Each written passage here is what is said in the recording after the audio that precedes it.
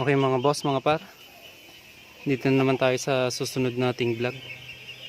So bago natin simulan, gusto ko munang i-unbox yung dumating na padala galing sa Banggood. Kinuha ko siya sa Banggood kasi dun sa dalawang shopping app, sa Lazada tsaka Shopee, yan, wala silang COD option para dito sa item na to or sa tools na to, kaya nagbanggood na lang ako. So start na natin.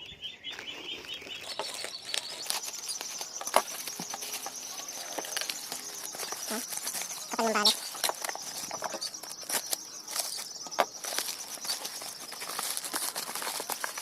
So ito na siya.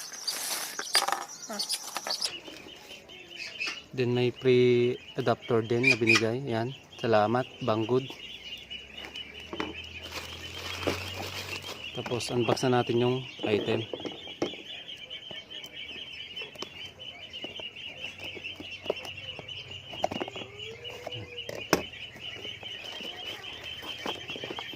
So, yun. Wow! Hilda brand. Isang rotary tool. Yan. So nakalagay 230 volts, 400 watts. Yan. Mini drill. Okay. Link in the description na lang. So testing natin. Yan. Lagay ko lang muna tong adapter niya. Yan. Saksak natin. So bago pala, ang kasama niya sa box may dalawang carbon tsaka yung tools para dito sa lagyanan ng mga bala. Yan. So start ko lang. So nagustuhan ko rito, mabigat, bakal.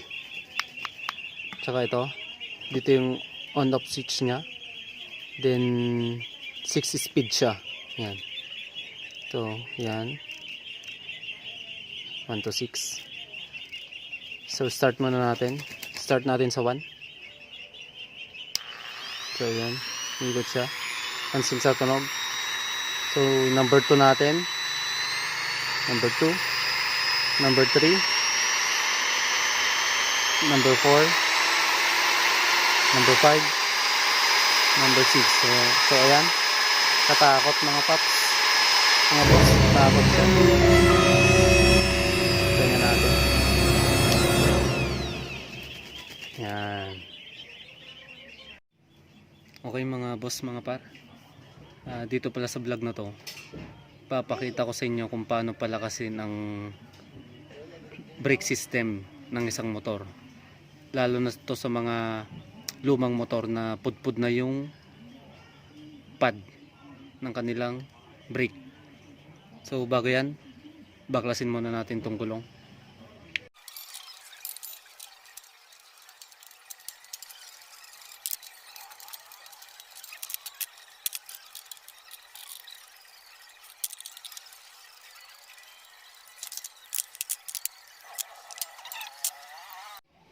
Okay mga boss, mga par. So ito, ang gagawin natin dito, may tatanggalin tayo. Kung nakikita nyo tong kanal nito, yan. So itong bukol na to, yan, tatanggalin natin yan. So start na natin. So ang gagamitin natin ito yung bala ng drill natin. So itong gagamitin natin. Yan. So start na natin.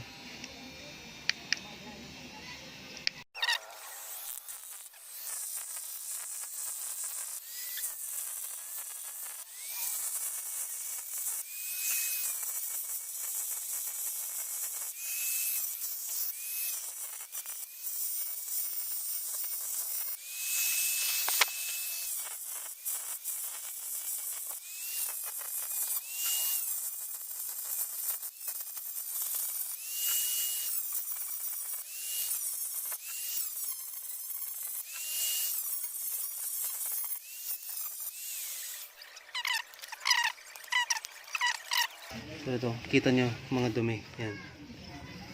Ito yung mga napagkaskasan.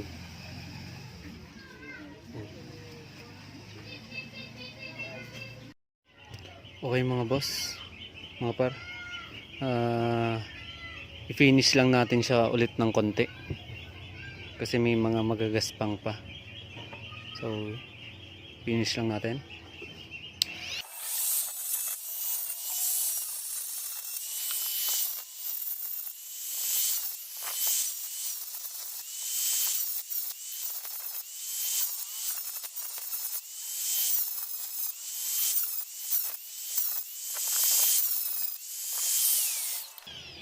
Okay yan mga boss, okay na siya.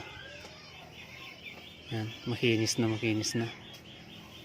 Wala na rin yung bukol. Yes! Okay, next step. Ang next step natin is dito naman tayo sa brake panel nya. Maglalagay tayo ng alambre. Pero sa tingin nyo boss, saan pupunta to? Yan. Okay. Tanggalin ko muna itong brake shoe. Yan. So itong alambre mga boss, mga par, dito natin nilalagay. Pupulipot natin dito. So ang dahilan kaya ako liniha or pinantay yung sa brake plate niya doon sa hub para hindi tumama yung brake shoe natin pag sasalpak na. Kaya ako siya pinantay. So dito naman, dito natin lalagay itong alambre natin. Okay, start na natin. Okay mga boss, mga par, bago natin simulan, tanggalin muna natin to para walang sagabal.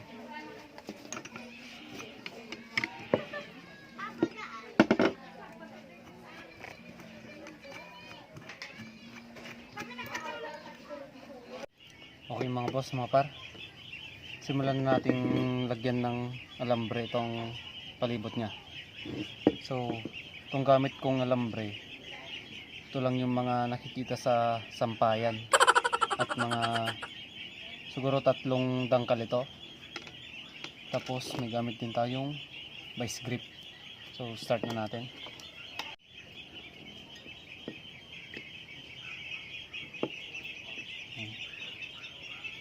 Lock muna natin. Tapos paikutin lang natin.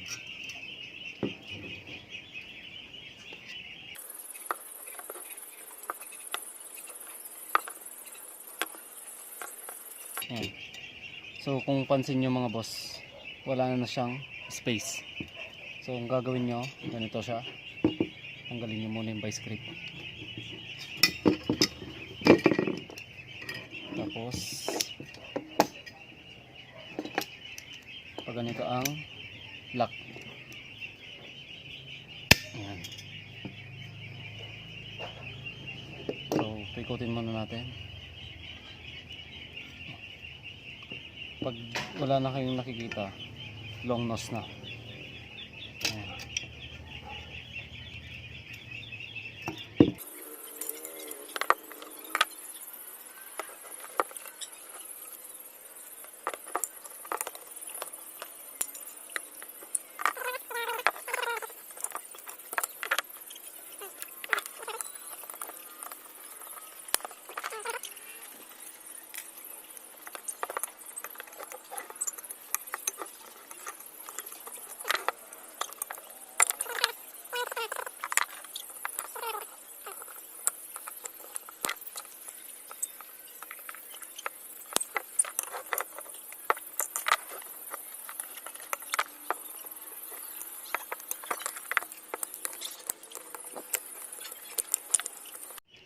So mga boss, mga par, ito na siya. Yan. Mahigpit, hindi umiikot. Yan. Medyo napahirapan lang yung alambre natin pero good na good to. Wow! Yan. Dumi na rin ng kamay natin. Pero worth it to mga boss. Okay, lagay na natin. Okay mga boss, mga par, ito na yung mga pyesa natin nalinisan ko na rin tong mga to. At isa pang dahilan, or ito yung dahilan din para mapalakas yung preno natin, is yung paggamit ng brake arm ng RS100. So ito, yan. Mas mahaba siya kumpara sa stock. So tanggalin lang natin at tignan natin kung kasya sa brake cam. So tanggalin ko na. Yan. So ito na siya mga boss. Yan. So kung gusto nyong umorder ng ganito, message nyo lang si Joseph M. Lalas. Meron naman sa group natin yon. So pasok lang natin sa brake cam. Ito yung brake cam natin. Pasok lang natin. Ayan. So pansin nyo boss, suwabe. Paikutin natin. Ayan. So dito boss, ibig sabihin yung brake arm ng RS100 sakto talaga sa brake cam ng Barako. So sa mga gusto mag-adjust dyan, wala na kayong problemahin. Ang nakita ko lang na isang problema ay ito yung parang pin sa brake. Dito siya kasi yung ganito, yung pin ng Barako mataba, itong sa RS payat. So yun lang naman. So okay na siya, kabit na natin.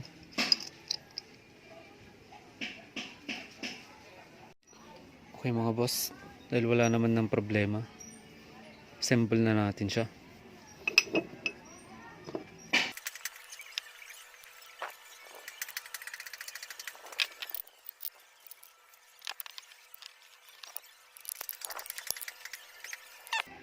Problema natin boss dito, parang wala siyang dust seal. So ang remedyo dyan ay yung mga filter ng sigarilyo. Yun ang remedyo dyan. Okay mga boss, mga par, ganito lang yung remedyo dyan. May mga filter tayo dito ng sigarilyo. So shout out sa mga naninigarilyo dyan. Ayan. Maraming salamat. Tanggalin muna natin yung balat nya.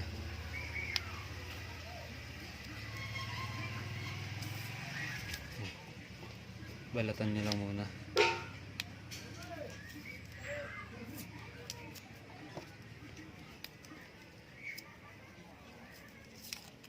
Tapos yung isang filter, hatiin nyo lang sa dalawa. Ayan. So yan, dalawa. Ilugin nyo lang. Tapos ilagay. Yan. Papansinin nyo boss, yan. Okay na siya. Ito na yung magiging dust seal natin. So lagay ulit natin ito isa.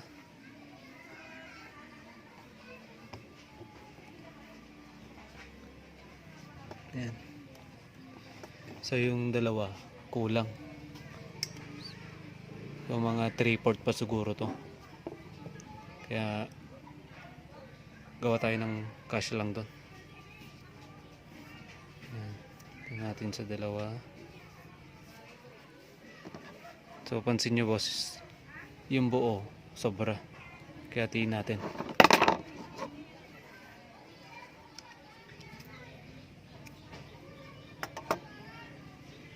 Ito, pwede na to. Ayan.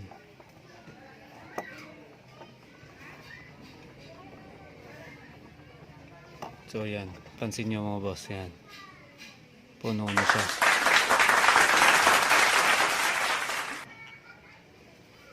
Ganyan. Tapos lagay na natin yung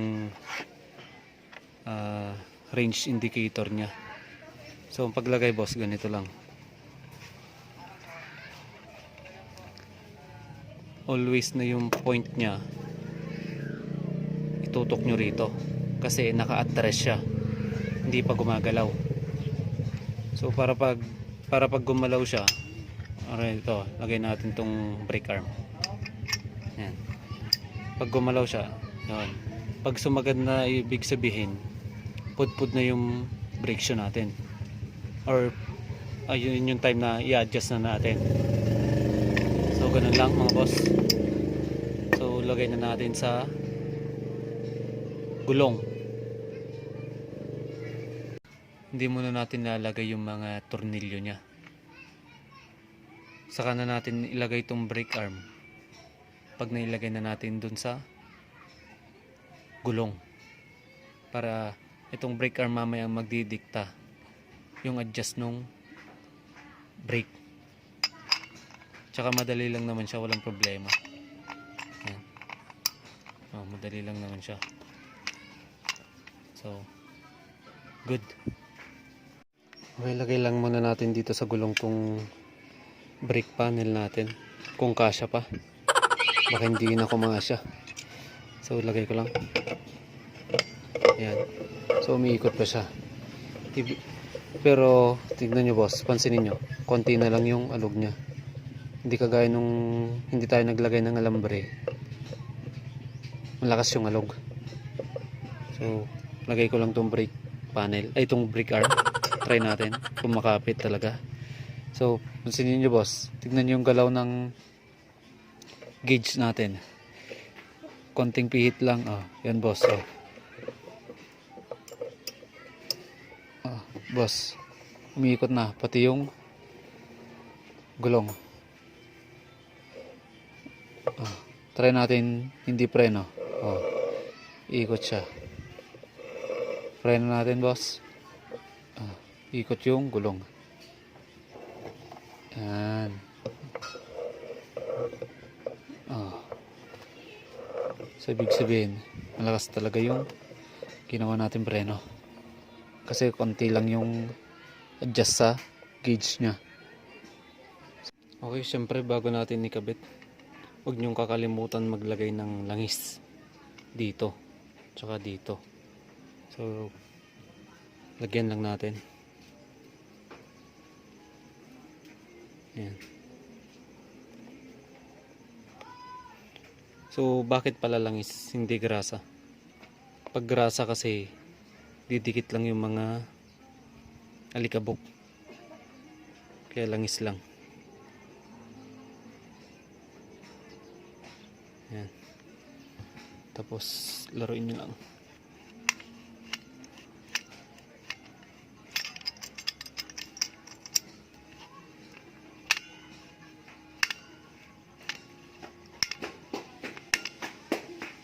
Okay, kabit na natin.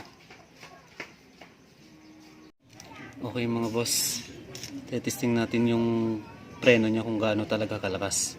So una, pakita ko muna pre-wheeling. Oh, yan. Tapos preno natin. Yan.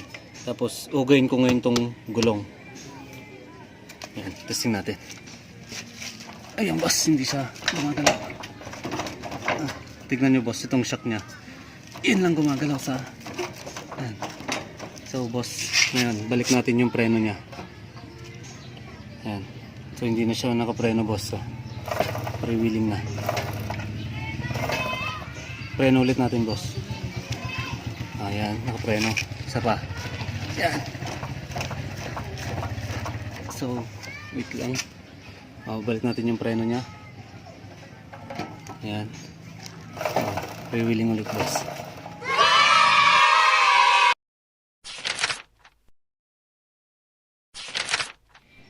Okay mga boss, papalitan ko din tong shock nya. Malambot na kasi. Papakita ko lang kung gaano kalambot mga boss. So ito. Yan. Kung pansin nyo dito boss, dito yung dalawang goma na nagsasalubong na pag pinagsashock natin. So ugayin ko ulit boss. Tignan nyo lang doon. So papalitan na natin yung shock nya. Okay mga boss, mga par, ito pala yung ipapalit nating shock. Kung gusto nyo lang bumili, mag-leave lang kayo ng message dyan. O kaya i-PM nyo na lang direkta si Joseph M. Lalas. So, unbox ko lang muna. Ayan. So, ito siya. Nabili ko nga pala to ng 1,200. Ayan. Tapos, ang available color, may red, may silver, may blue, tsaka may black. Yan, kita nyo naman, ganda. Wow! Tapos ang sukat nya, ito siya, yan, 310 mm. Yan, kapit na natin.